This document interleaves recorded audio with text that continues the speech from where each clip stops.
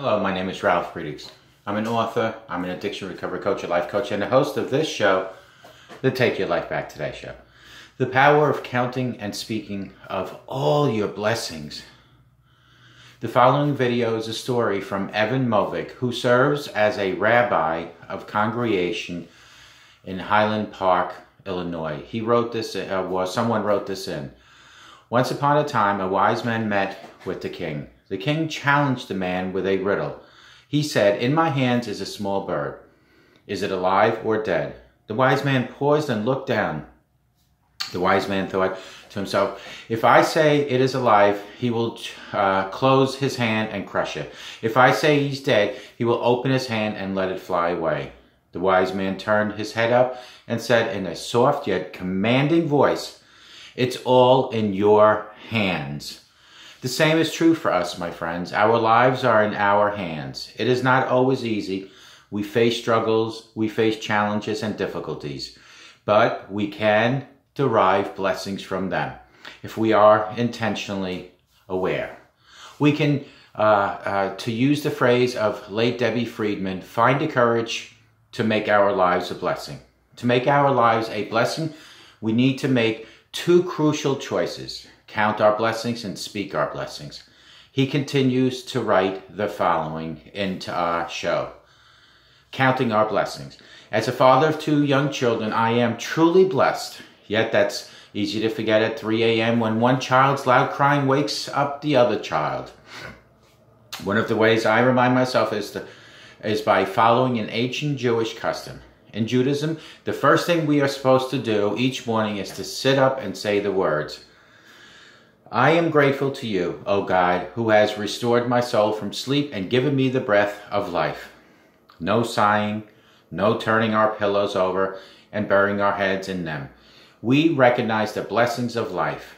We prime ourselves to live with gratitude. We count our blessings and find happiness in them. Saying blessings. It is not enough, however, to recognize and count our blessings. We have to say to them, to acknowledge them, speak them. That's why the ancient sages urged us to say 100 blessings a day. Something magical happens when we give expressions to our feelings, when we use words to show gratitude. About a month ago, I saw an example of this magic, he writes. I was in my office when a member of my congregation came in. He had a burning question. I was dining at a restaurant in New York. He began by saying, a few tables away from me, a man stood up and proposed to his girlfriend. She said yes, and everybody in the restaurant cheered. Then the man walked quietly over to a corner, put on a yarmulke, I think that's how you pronounce it, and said some type of blessing. His and his fiance's eyes filled with tears. "Rabbi, do you have any idea what the blessing?" he said. I recited a blessing I thought it might be, and he said, "Yes, that's it." "Do you have a copy?" "Sure." "Why do you ask?" "I'm planning to propose to my girlfriend this weekend, and I want to say it with her." With tears in my eyes, I handed him the blessing. How a blessing works is pretty self-explanatory in this. Blessings express our feelings. They need not to be traditional ones. They simply need to come from the heart. When they do, they can change lives. I experienced this truth near the end of my grandfather's life, he writes. We were very close.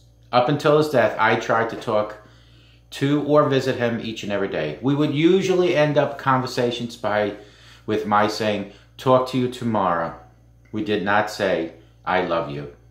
He was not a warm, fuzzy kind of guy, and it just did not feel right. But during the last few weeks of his life, something changed. Perhaps it was the birth of my daughter or the declining condition of his health. Whatever the cause, our moments became more infused with meaning. When I said, "I love you," a month before my grandfather died, I was sitting by his bed talking to him. As I got up to leave, I felt a twitch in my stomach. Turning to him, I said, "Grandpa, I love you." He didn't say anything. Our connection, however, had changed. Thereafter, we ended each conversation with my saying, "I love you," saying, "I love you too." Our dearest ones blesses them and us. It is a way to make our lives a blessing. It is something each of us can do today, tomorrow, and for the rest of our lives. This is one more way we can speak and share our blessings. When we do, we learn the discipline and gratitude and the importance of words in our daily lives. Everyone has an opportunity to look at his or her life and decide what to focus on. Will it be tragedy, the pain, or hardship? Or will it be a blessing? You decide. What's one blessing you haven't spoken that you need to?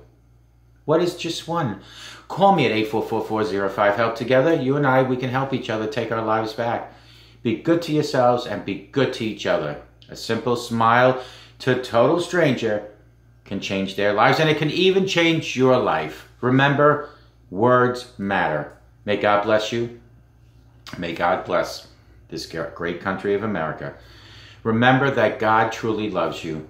Count your blessings today. Goodbye.